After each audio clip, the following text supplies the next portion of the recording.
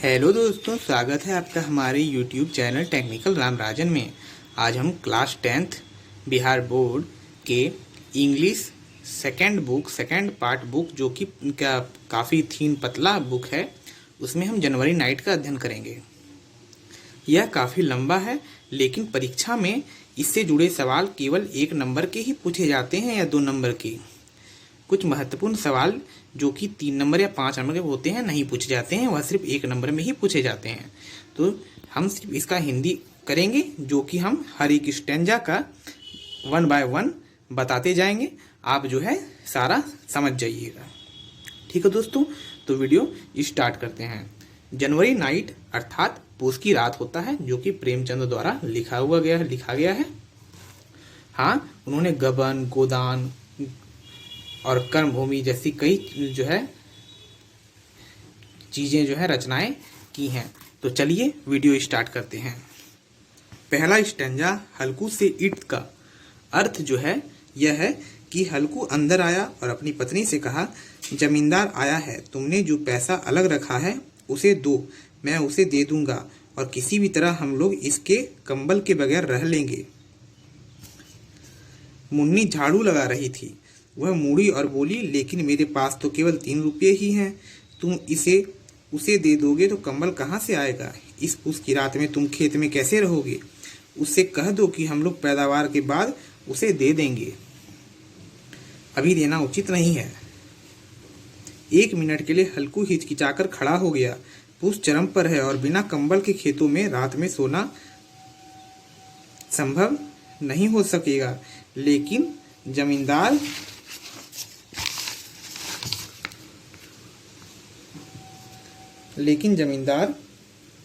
नहीं छोड़ेगा।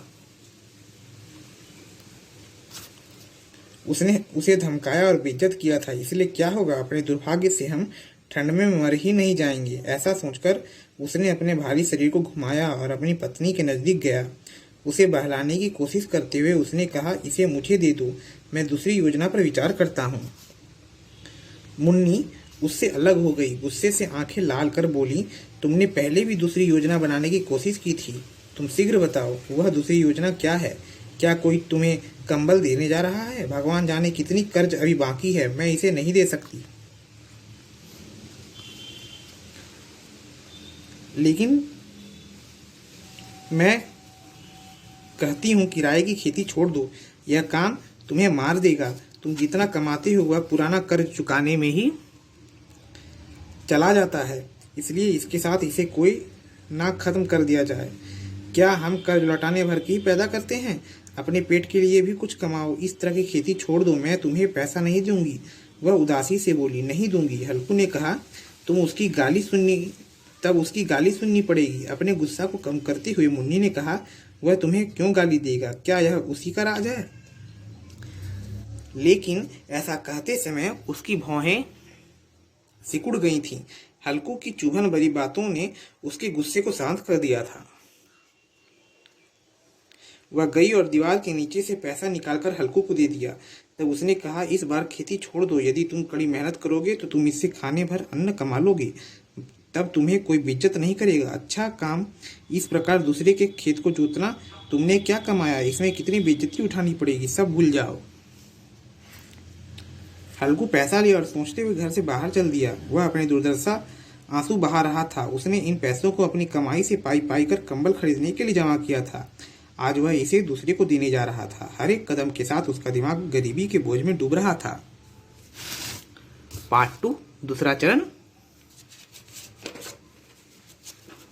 जिसका अर्थ है पूस की अंधेरी रात, हालांकि आसमान में तारे टिमटिमा रहे थे।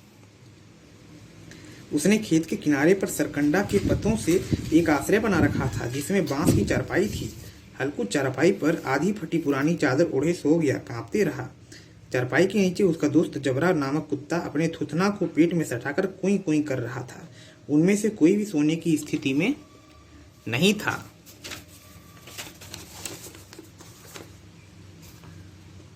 हल्कू अपने घुटने को मुंह की ओर घुमाया और कहा, ठंड है जबरा, है ना?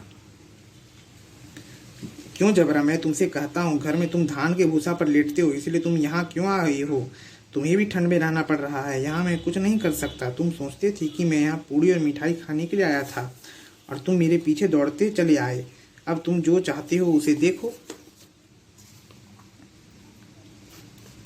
जबरा बिना ऊपर उठाए अपनी पूंछ को हिलाया और बिना कोई आवाज किए जम्हाई ली और चुपचाप हो गया। शायद वह सोचता था कि उसकी कुई कुई की आवाज उसके मालिक को नींद से जगा देगी।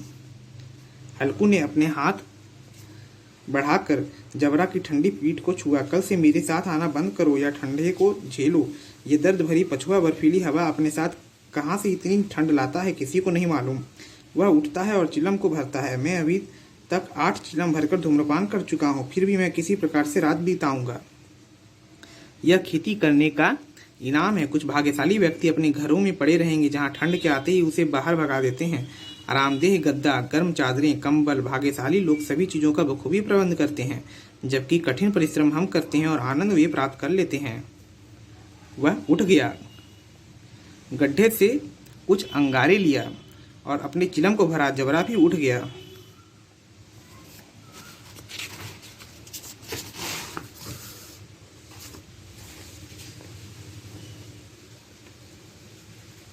धूम्रपान करते हुए हल्कू ने कहा, यदि ठंड में तुम धूम्रपान करते हो तो यह बुरा है, परंतु कम से कम तुम हल्का आनंद महसूस करते हो।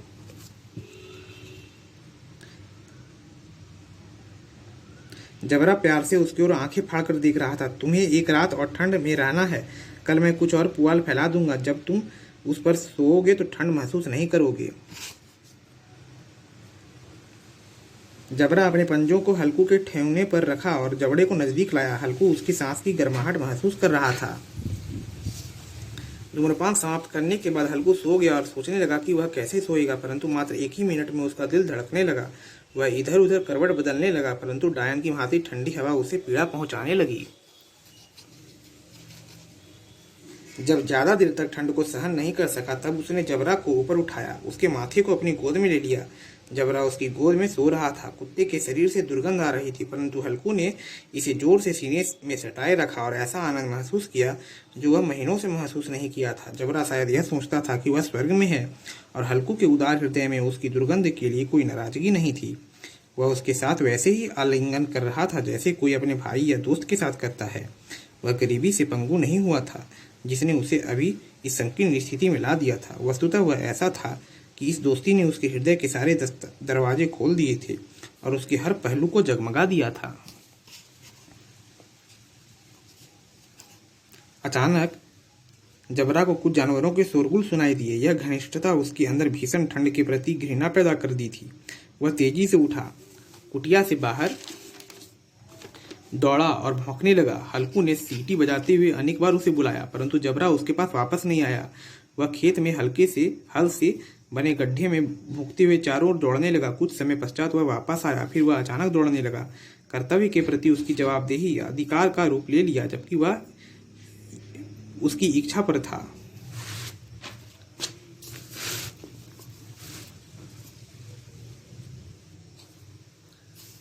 दूसरे घंटे बीत गए। हवा के ठंड से रात धुंधली लगने लगी। हल्कू अपने दोनों घुटनों को छाती के नजदीक लाया और अपना चेहरा दोनों घुटनों के बीच में ले गया, परंतु ठंड काटने को दौड़ रही थी। यह ऐसा लग रहा था मानो उसके सारे खून बर्फ बन गए हों, बर्फीला खून उनकी नसों में दौड़ रहे हों। उसने आसमान में देखने के लिए पीछे मुड़ा।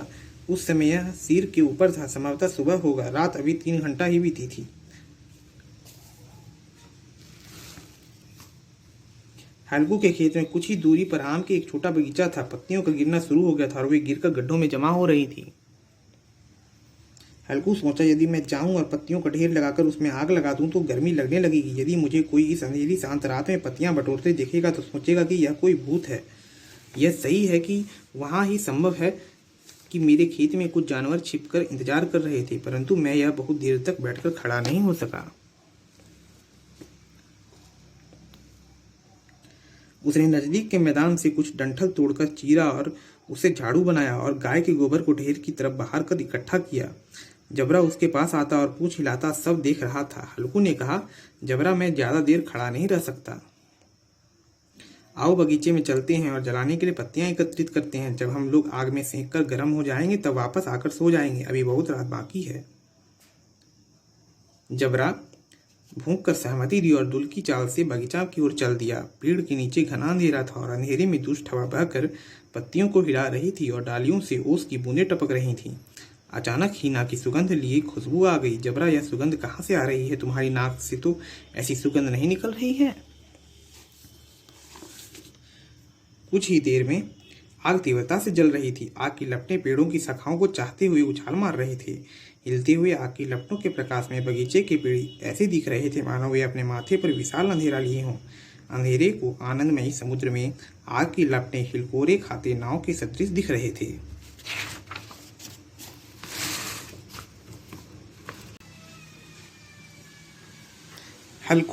हल्कू आग के समीप बैठा और आग तापने लगा। कुछ देर बाद उसने अपने साल उतारा और गट्ठर बनाकर पीछे रख लिया। तब उसने अपने दोनों पैर फैलाए जैसे मानो ठंड को वह चुनौती दे रहा हो कि आओ अब मेरा नुकसान करके दिखाओ। ठंड की विशाल शक्ति पर विजय प्राप्त कर वह अपने शानदार विजय को दबा नहीं सका। हम लोगों को इस पर पहले ही विचार कर लेना चाहिए था, तब हमें ऐसी परेशानी कभी नहीं होती। जबरा ने अपनी पूंछ हिलाई। अच्छा, अब तुम क्या कहते हो? हम लोग आग के ऊपर से छलांग मारें? देखो मैं कैसे ऐसे करता हूँ। लेकिन यदि तुम जल गया तो मेरे पास तुम्हारे लिए दवा नहीं है। जबरा ने डरकर आग को देखा। हम लोग कल मुन्नी को नहीं बताएंगे। यहाँ एक रास्ता है। इसके साथ ही वह उछला और एक ही छलांग में आग को पार कर गया। उसके पैर में जलन हुई परंतु उसने ध्यान नहीं दिया। जबरा आग के चारों ओर दौड़कर उसके पास आया। हल्कू ने कहा, जाओ, इसके बाद नहीं, आग के ऊपर से कूद कर आओ। वह पुनः उछला और दूसरी तरफ आ गया।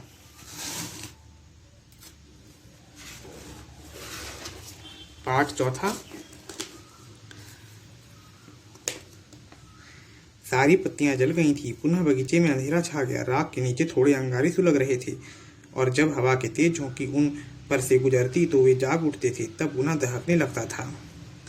हल्कू ने अपने शरीर को पुनः चादर से ढक लिया और गर्म आग के राख के पास बैठकर गुनगुनाने लगा। आग ने हालांकि उसे गर्मी पहुंचाई परंतु ठंड निर्दयतापूर्वक फैलने लगी। जबरा जोर से फूंकता हुआ खेत की ओर दौड़ा। हल्कू ने विचार किया कि इसका मतलब है कि जंगली जानवरों का झुंड संभवतः खेत में घुस आया है। वे नीलगायें हो सकती हैं। वह साफ साफ उनके घूमने की आवाज़ सुनी है। तब उसे ऐसा लगा कि वे निश्चित रूप से चल रहे हैं। वह कुतरने की आवाज़ सुनने लगा।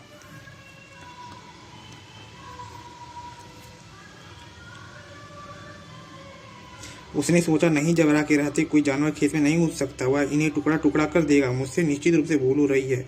अब कोई आवाज़ नहीं हो रही है। मुझसे कैसे भूल हो गई? लेटकर चिल्लाया। जबरा जबरा जबरा भूखता रहा और उसके पास नहीं आया। तब पुनः खेत में चबाने और कुतरने की आवाज़ आने लगी। इस समय वह भ्रम में नहीं था। वह सचमुच चोट पहुंचाने वाला था कि वह वहां से कैसे उठ जाए। वह इतना आराम था कि यह बड़ा ही कष्टदायक था कि इस ठंड भरी रात में वह खेत में जाए और जानवरों को भगाए। वह हिल भी नहीं सका। वह ऊंची आवाज़ में चिल्लाया, हिलो हिलो हिलो। जबरा पुनः भूखने लगा। जानवर उसके खेत के उन पौधों को जब खा रहे जो पौधे अभी अभी तैयार हुए थे। क्या सुंदर पौधे थे और ये दुष्ट जानवर उन्हें नष्ट कर रहे थे। दृढ़ निश्चय के साथ वह उठा और चंद कदम चला।